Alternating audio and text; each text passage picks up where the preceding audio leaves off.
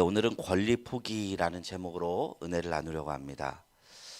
우리가 좀 선진국이라고 생각한다면, 발전한 사회라고 생각한다면 어떤 사회가 발전한 사회라고 할 수 있을까요?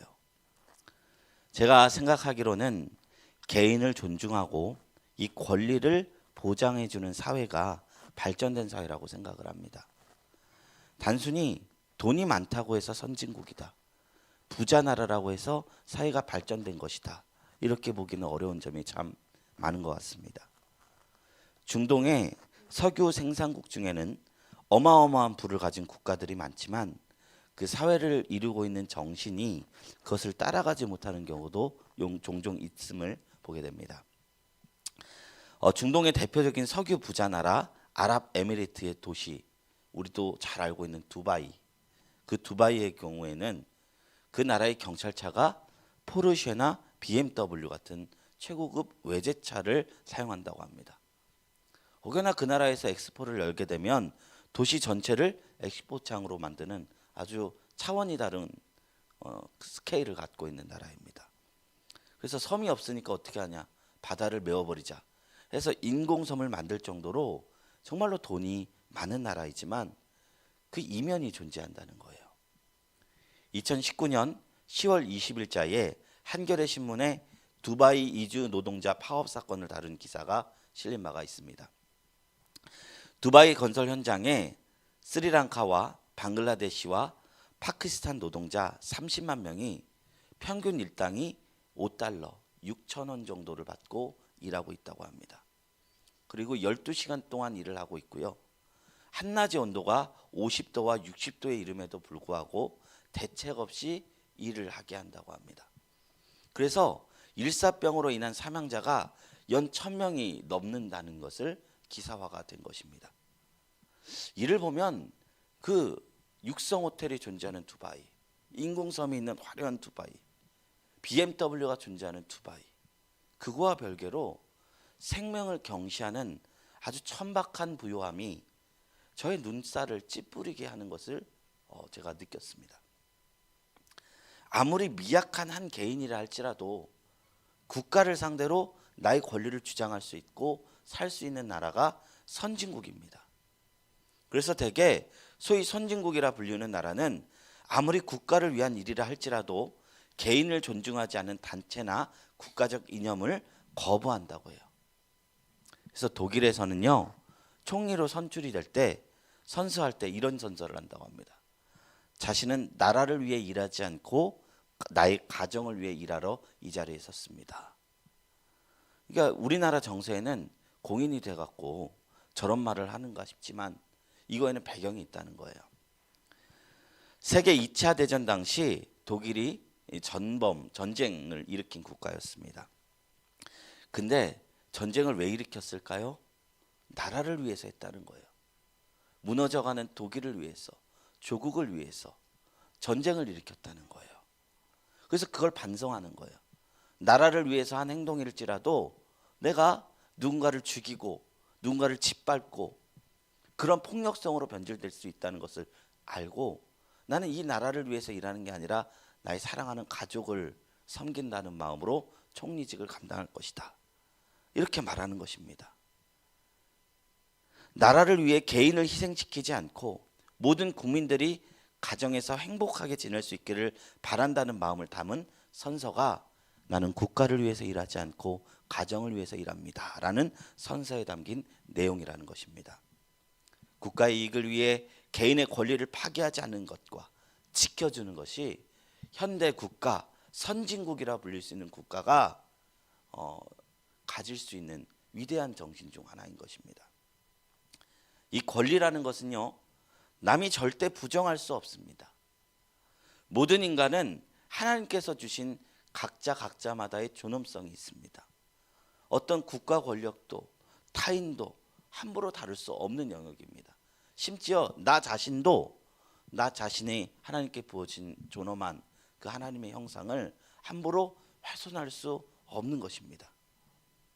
그런데 그런 당연한 것들이, 이 당연한 소리가 세상을 살다 보면 남에게 의해, 조직에 의해 침범을 받는 경우가 왕왕 있음을 우리는 경험하게 된다는 것입니다. 이것이 사회적 죄라고 생각합니다. 권리라는 것은 무슨 이념, 단체라 할지라도 뺏을 수도 빼앗아서도 안 되는 소중하고 중요한 것입니다. 그런데 이런 소중한 권리를 그리스도인으로서 포기한다는 것은 신앙적으로 어떤 의미를 갖고 있는 것일까? 오늘 말씀 속에 사도 바울의 고백을 통해서 우리가 생각해 보려 한다는 겁니다. 오늘 말씀의 배경은 그렇습니다. 고린도 교회 교인들이 사도 바울을 받아들이지 못하고 있는 상황이에요. 그리고 그가 정말 사도냐? 이것을 의심하고 있는 상황이에요. 저로 비유한다면 당신이 정말 목사냐?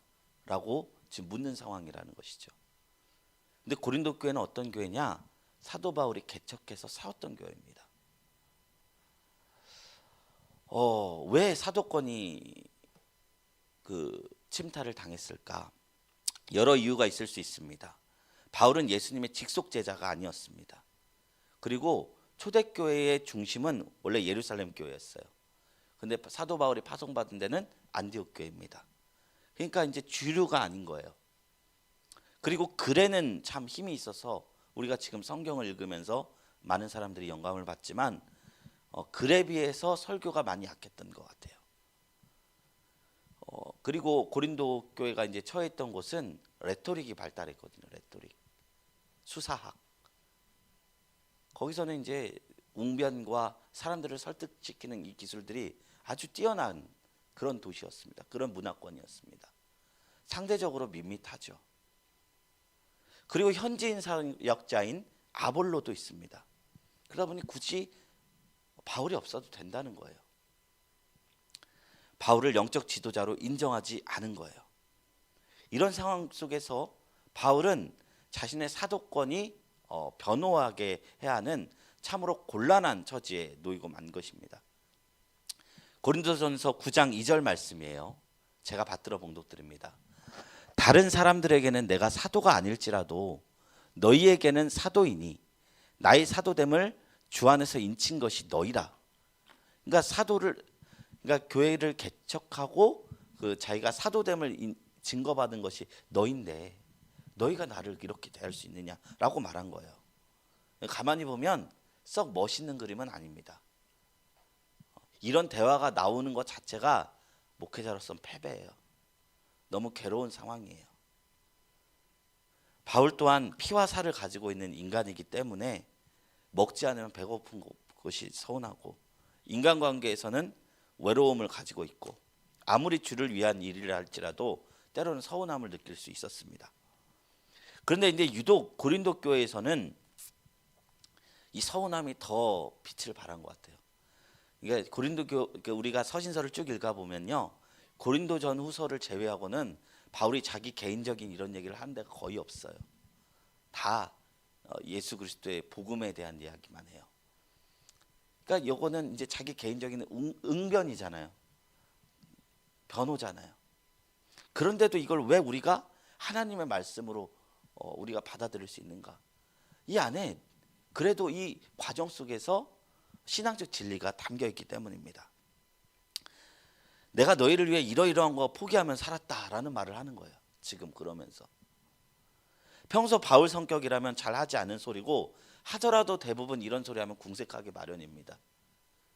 예를 들어서 부모님이 나를 위해서 희생하는 거 알지만 내가 너를 위해서 이거 해줬는데 저거 해줬는데 이러는 순간 이게 그 말 자체가 궁색해지는 거예요. 궁색해지는 거예요. 그러니까 바울이 얼마나 핀치에 몰렸는지를 알 수 있죠. 그러면서 바울이 얘기한 것이 뭐냐면 내가 너희를 위해서, 이 교회를 위해서, 복음을 위해서 포기한 권리에 대해서 이야기합니다. 그래서 무엇을 포기했느냐?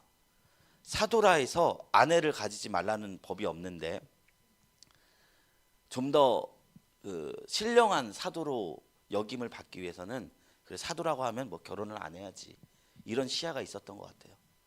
그래서 복음 진전에 방해가 되지 않기 위해서 내가 아내를 얻지 않았다를 얘기했어요. 먼저. 두 번째 뭘 얘기했느냐? 사도가 되어서 복음을 전하는 일로 먹고 살아서 연보를 중에 일부를 이제 받아서 먹고 사는 것이 사도들에게는 너무나 당연한 것이지만, 이것이 고린도 교회는 이방 교회다 보니까 그런 문화를 모르니까 그거를 괜히 이제 헌금에 대한 얘기를 하다가 성도들이 실족하고 넘어질까 봐 복음 진전에 방해가 된다면 내가 포기하겠다라고 말합니다. 그는 자신이 가지고 있는 권리를 복음을 위해서 포기하기로 결심하고 그것을 설명하고 있는 것입니다. 그리고 더 나아가서 어떤 얘기를 하느냐. 그런데 내가 이 포기한 이거 지금 너네들을 나에게 챙겨달라고 내가 하는 말이 아니다. 이 포기한 것들을 하나님께서 상급으로 여겨주시니 너희도 포기하는 자가 되라 라는 말을 하기 위해서 이 포기를 이야기한다는 것입니다. 16절에서 18절을 보면 이런 말씀이 나옵니다. 내가 복음을 전할지라도 자랑할 것이 없음은 내가 부득불할 일임이니라. 만일 복음을 전하지 아니하면 내게 화가 있을 것이로다. 내가 내 자의로 이것을 행하면 상을 얻으려니와 내가 자의로 아니한다 할지라도 나는 사명을 받았노라. 그런즉 내 상이 무엇이냐? 내가 복음을 전할 때에 값없이 전하고 복음으로 말미암아 내게 있는 권리를 다 쓰지 아니하는 이것이로다. 이 구절을 보면 사도 바울이 조금 생각해보는 말씀 속에 생각해볼 점이 있습니다. 사도 바울이 왜 하나님 앞에서 내가 상급을 왜 받느냐? 단순히 복음 전파했기 때문에 받는 것이 아니라는 겁니다. 왜냐하면 사도 바울이 복음 전하는 것은 하나님이 시켰기 때문에 한 것이에요. 부득불하는 것이에요. 부득불은 어떤 의미예요? 멋있게 우리가 말해서 그렇지 쉽게 말하면 억지로 한다는 겁니다. 도살장에 끌려가는 개처럼 나는 사실 복음 전하는 거 기쁘지 않은데도 하고 있는 거야 라는 말을 하는 거예요. 이런 말도 해요. 복음을 안 전하면 내게 화가 있기 때문에 자의로 한 것이 아니다. 사명이 있기 때문에 한 것이다. 사명은 무엇이냐? 주님의 부르심을 이야기하거든요. 하나님이 시켰기 때문에 한 것이다. 그러니까 이거를 내가 자원해서 했다면 하나님이 나를 기뻐서 상을 주겠는데 시켜서 한 건데 왜 상 받겠냐 이거예요. 우리가 출근해서 월급 봉급 받으면 그것이 상 전부지 않습니까? 그런데 그 월급 받는데 당연히 해야 될 자기 직무하면서 사장한테 나 이거 했죠? 너무 잘했죠? 칭찬받기 원하면 사장은 이상한 생각할 겁니다. 나는 봉급에 그게 다 옮겨져 있는데 왜 나한테 칭찬받기를 원하지? 그런 생각을 할 겁니다. 하물며 하나님도 시켜서 하는데 바울이 시켜서 한 건데 왜 내가 복음 전했다고 상 받느냐 이 얘기하는 거예요. 우리는 이 말씀 통해서 천국에서 상급을 받는 기준이 수당의 개념이 아니라는 것을 발견할 수 있습니다. 사회에서 비즈니스의 꽃은 영업이다라는 말이 있어요. 영업의 세계에서는요 결과로만 수당이 정해집니다. 자리에 앉아서 10시간을 일하든 얼마나 많은 땀을 흘렸든 이 부분은 생각보다 중요하지 않습니다. 그래서 손님 끌어왔냐? 그래서 목표 매출을 이뤘느냐? 이것만이 중요합니다. 10시간 일하고 매출을 안 끌어오는 사람보다 1시간을 일해도 돈을 벌어오는 직원을 더 긍정적으로 받는 게 이 영업의 세계입니다. 저도 이거를 아내가 액세서리 장사하면서 좀 많이 느꼈어요. 어쩔 때는요 1시간을 장사하는데 제 한 달 사례비보다 더 벌어요. 그런데 어떤 달에는요 한 달을 해도 그 1시간만의 수익이 나지 않아요. 그 옆에서 보고 있으면 참 피가 마릅니다. 허무합니다. 와, 열심히 한다고 되는 게 아니에요. 사업의 세계에서는 열심히 하는 것보다 되는 게 중요하구나. 되는 게 중요하구나. 이걸 느꼈습니다. 그리고 열매를 내는 것은 잘하고 못하고는 단순히 열심히 달리는 것이 아니구나를 느꼈습니다.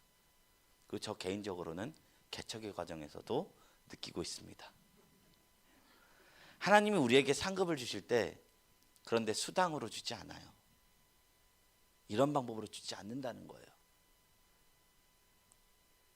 중심을 본다는 겁니다. 네가 복음을 위해서 포기한 것, 그걸 본다는 거예요. 그래서 사도 바울이 자신의 사역의 열매를 자랑하지 않았습니다. 자신의 열심도 자랑하지 않았습니다. 사역 자체를 본다면 바울만큼 대단한 열매를 맺은 사람이 없을 겁니다. 성경을 썼습니다. 온 유럽에 복음의 씨앗을 심었습니다. 그 열매가 지금도 이어져서 서방은 대부분의 기독교 국가들이 세워졌습니다. 만약 그 수당으로 책정한다면 바울은 천국에서 수당제로 친다면 최고의 상급을 받을 겁니다. 근데 그 바울이 이르기를 아무리 내가 그런 열매를 맺어도 그것에 내 생각이 달려있지 않다. 담담하게 말하고 있습니다. 안 하면 화 입으니까 내가 하고 싶어서 한 것도 아니고 부득불한 것, 시켜서 한 거, 억지로 한 건데 하나님 앞에 이것은 나의 상급이 될 수 없다. 그럼 어디에서 자신이 상급에 있느냐? 복음을 전할 때 내가 포기했던 모든 권리들, 그것이 하나님 앞에 상급으로 달려있다는 것입니다. 연보도 받지 않고 권리도 주장하지 않고 하나님께서 갚아줄 것을 소망하며 묵묵하게 감당하는 것을 보시고 자신의 상급이 있음을 나눈 것입니다.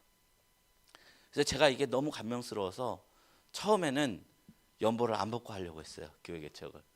사례비를 안 받고 하려고 했어요. 근데 이제 가정이 있고 이런 가운데서 이거는 하나님 제가 포기해야 될 점은 이거는 아닌가 봅니다. 이렇게 얘기하고 그렇게 하고 새삼 바울이 대단하게 보이고 그렇더라고요. 저는 바울과 비교할 수 없습니다만 사역을 하는 입장에서 보니까 이 대목이 다가올 때가 있습니다. 제가 군대 갔다 오고부터 사역을 시작했는데 25부터 시작했습니다. 그러니까 한 15년 그래도 된 것 같아요. 처음에 사역을 결심하게 된 계기가 재미가 있어서였어요. 중고등학교 때 친구들이랑 같이 막 집회 꾸미고 주변 교회들하고 연합해서 막 찬양 집회 꾸미고 연극 준비하고 얼마나 재밌던지 나 평생 이거 하고 살 수 있겠다라는 생각을 했습니다. 그래서 신학을 신학했습니다. 물론 부르심도 있었고요. 근데 이것이 지날수록 이 사역이라는 것이 이 하는 동기가 재미면은 끝까지 갈 수가 없더라고요. 사역이라는 것이 꼭 재미있지만은 않더라고요. 불합리하는 것을 경험할 때도 있고 예수님은 좋은데 교회가 싫은 때도 종종 있습니다. 그러나 그것을 다 여기서 얘기하진 않겠습니다. 한창 힘들 땐 정말 억지로 교회 나간 적도 있습니다. 꾸역꾸역 사역한 적도 있습니다. 그때 제가 봐도 그때 했던 사역의 내용들을 내가 하나님 앞에서 판단받을 때 네가 그렇게 그런 태도로 사역하고 상 받으려 하겠느냐 하면 유구무원 될 것 같아요. 제 바울이 시켜서 한 말이 저에겐 이렇게 다가옵니다. 그런데 동시에 어떤 생각이 드냐면 하나님께서 그 싫어도 힘들었어도 걸어갔던 저의 중심은 분명하게 보실 것이다. 그런 생각이 들어요. 왜냐하면 그 모든 것들이 하나님을 위해서 내 권리를 포기했던 것들이었습니다. 지금이야 그렇진 않아요. 지금은 권리 포기라는 생각보다 어떤 생각이 드냐면 내가 그나마 인간답게 할 수 있는 일이 이것이다 라는 것을 깨닫게 돼서 포기할 권리조차 없구나 이 생각이 듭니다. 근데 20대 초반 때는 내가 뭐 딴 것도 할 수 있는데 이거를 했다 뭐 이런 생각이 있었던 것 같아요. 근데 당시를 보면 포기했던 게 있었던 것 같아요. 아직 제가 주님을 위해서 포기한 것이 너무나 없기 때문에 이 정도 수준에만 말씀드립니다. 박해 순간에 목숨을 한번 버려봐야 제가 더 깊은 말씀을 나누겠는데 제가 포기한 건 이 정도 수준입니다. 그러나 어떤 말인지 아실 것 같아요.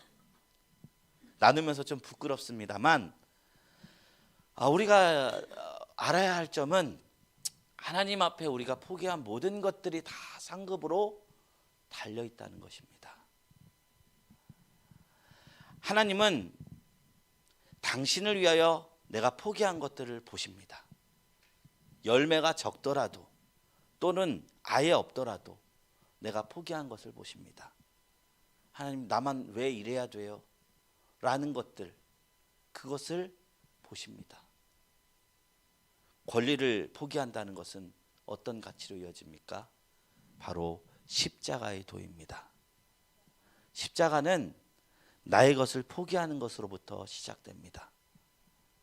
예수님께서 겟세마네 동산에서 십자가를 짐기 전에 하나님 앞에 구했던 기도는 무엇이었냐면, 피가 땀방울이 되도록 고뇌하면서 올렸던 기도는 뭐냐면, 주여 이 잔을 내게서 거두어 주시옵소서. 할 수만 있거든.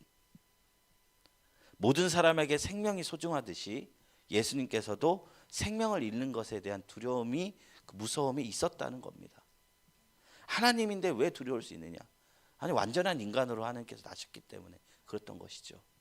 히브리서 4장 15절에 우리에게 있는 대제사장은 우리 연약함을 채울하지 아니하는 자가 아니요 모든 일에 우리와 한결같이 시험을 받은 자라다, 이렇게 말씀하고 있어요.